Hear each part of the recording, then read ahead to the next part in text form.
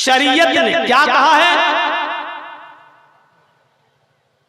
दो सिस्टम बनाए हैं, एक घर के अंदर की जिम्मेदारियां और एक घर के बाहर की जिम्मेदारी। बहुत गौर से सुन लेना, जिनकी बेटियां बैंकों में काम कर रही हैं गौर से सुनना, जिनकी बहन बेटियां चुनाव और इलेक्शन लड़ रही हैं वो गौर से सुने, और जिनकी बहन बेटियां स्टेजों पे चल के मर्दों के साथ खड़े होकर इलेक्शन में वोट मांग रही हैं वो भी गौर से सुने।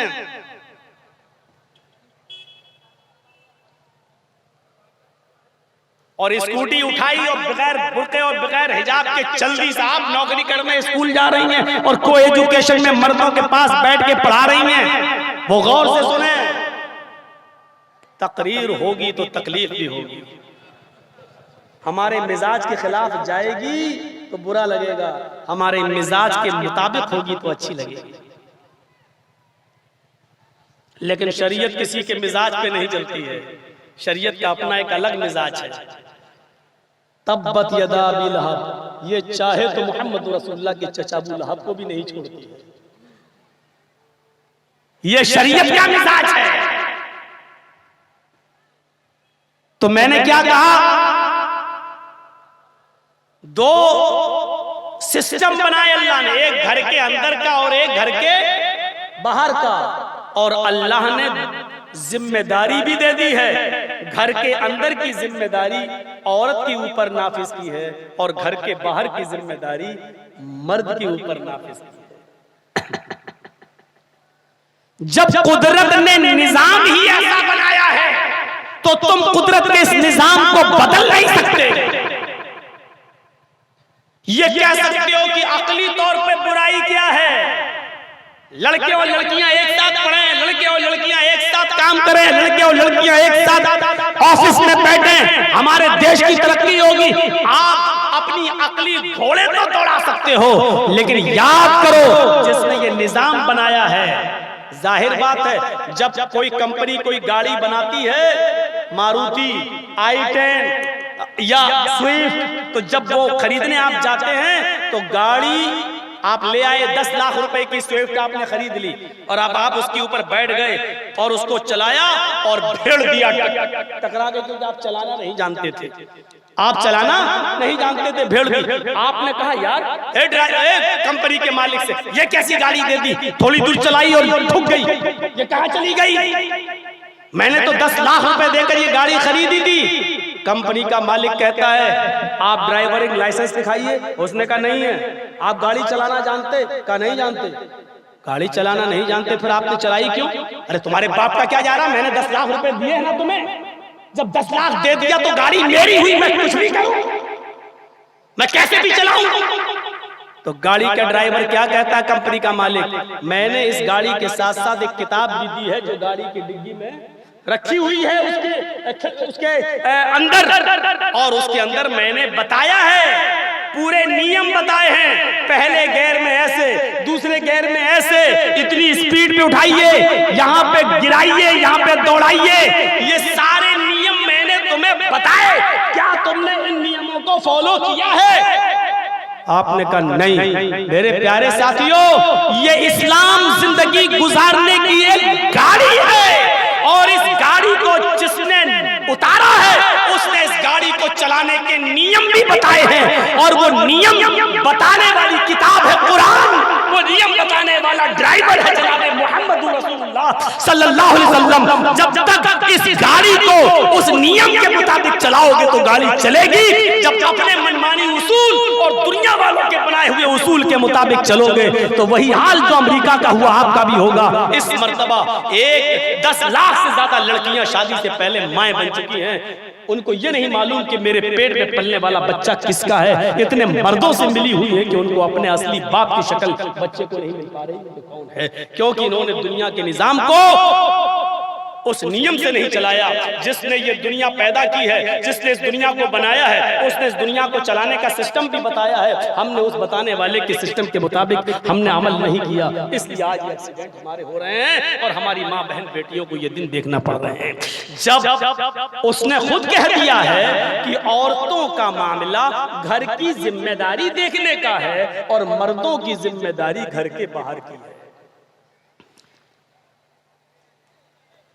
मेहनत मर्द करेगा, मजदूरी मर्द करेगा, रिक्शा मर्द चलाएगा, मिस्त्री गिरी का काम मर्द करेगा, खेत मर्द जोतेगा, सारे काम बाहर के मर्द करेगा।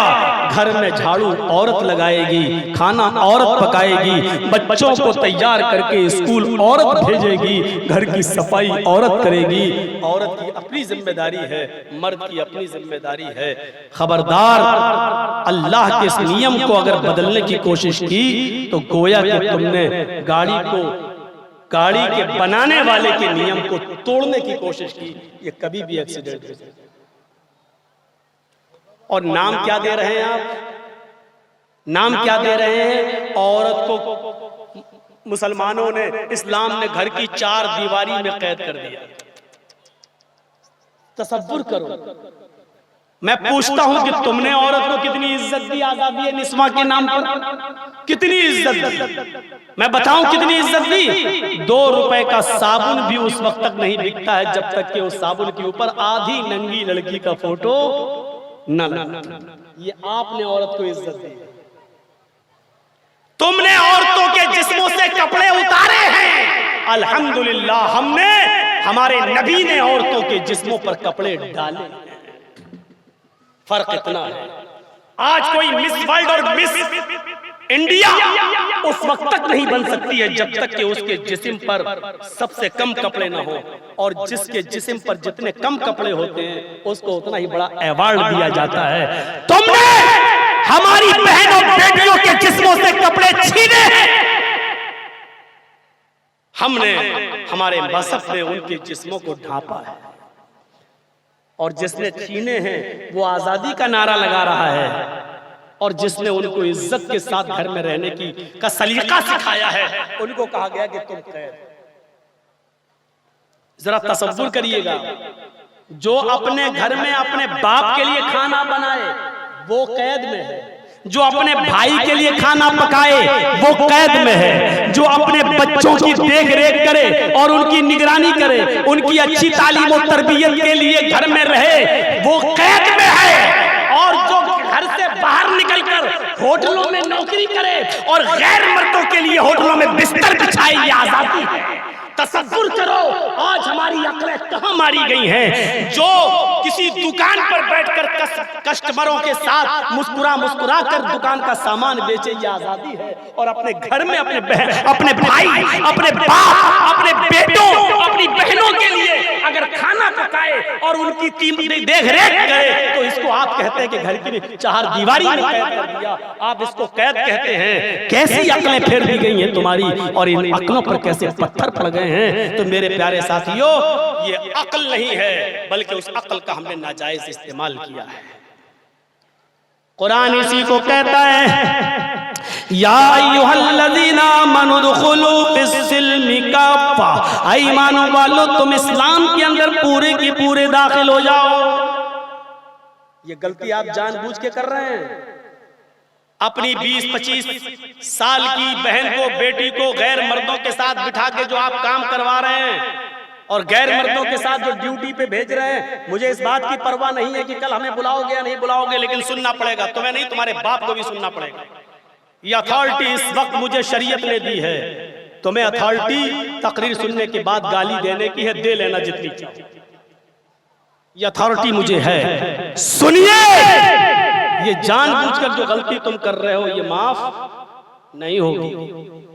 अल्लाह तौबा उसकी कबूल करता है जो अनजाने में गलती हो जाए, और जानबूझकर भी हो जाए तो उस जानबूझकर गलती करने के बाद फिर आइंदा उस जुर्म को न करने का अहद करे कि अल्लाह हम आइंदा इस जुर्म को नहीं करेंगे।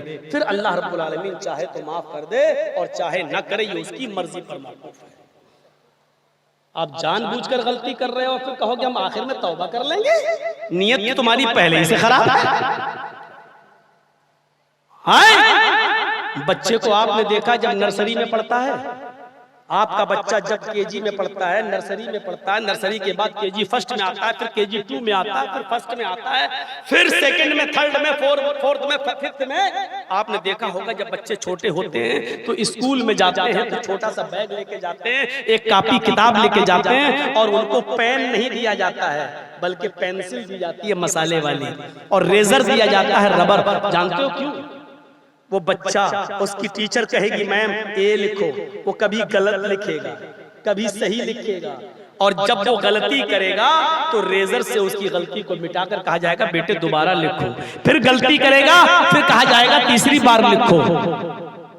पेंसिल से लिखने का ये सिलसिला 5th क्लास तक चलता है। बच्चा बार बार गलती करता है तो उसको मिटा दिया जाता है। जब 5th क्लास के बाद 6 में आता है तो फिर उसको पेन दे दिया जाता है, पेंसिल उससे छीन ली जाती है।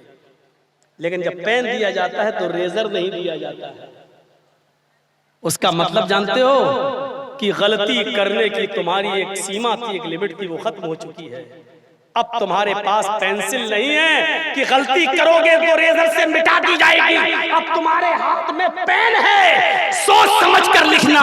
जो लिखोगे अगर गलती हो गई तो उसको मिटाया नहीं जा सकता है, ये गलती कॉपी पर लिखी रहेगी। मेरे भाइयों, अब हम बालिग हो चुके हैं, कुरान हदीस की जानकारी मिल चुकी है, हमें मालूम हो चुका है कि हमारी 10 साल 11 12 साल की लड़की जब बालिग हो जाए तो वो बेपर्दगी के साथ कॉलेज में नहीं जा सकती है, बेपर्दगी के साथ होटल में काम नहीं कर सकती है, बेपर्दगी के साथ वो लड़की एयर होस्टेस बनकर काम नहीं कर सकती है, बेपर्दगी के साथ वो किसी दुकान पर नहीं बैठ सकती है। और ये गलती जब तुम जानबूझ के करोगे तो सुन लो, अब हमारी बच्चियों की उम्र वो नहीं है जो खेलती थी और गिर जाती थी और हम उनको उठा देते थे। अब आपकी बच्ची बालिग हो गई है, आप बालिग हो चुके हैं। अब यहाँ पर कोई गलती करोगे तो वो मिटाई नहीं जाएगी, यहाँ कोई गुनाह करोगे तो मिटेगा नहीं।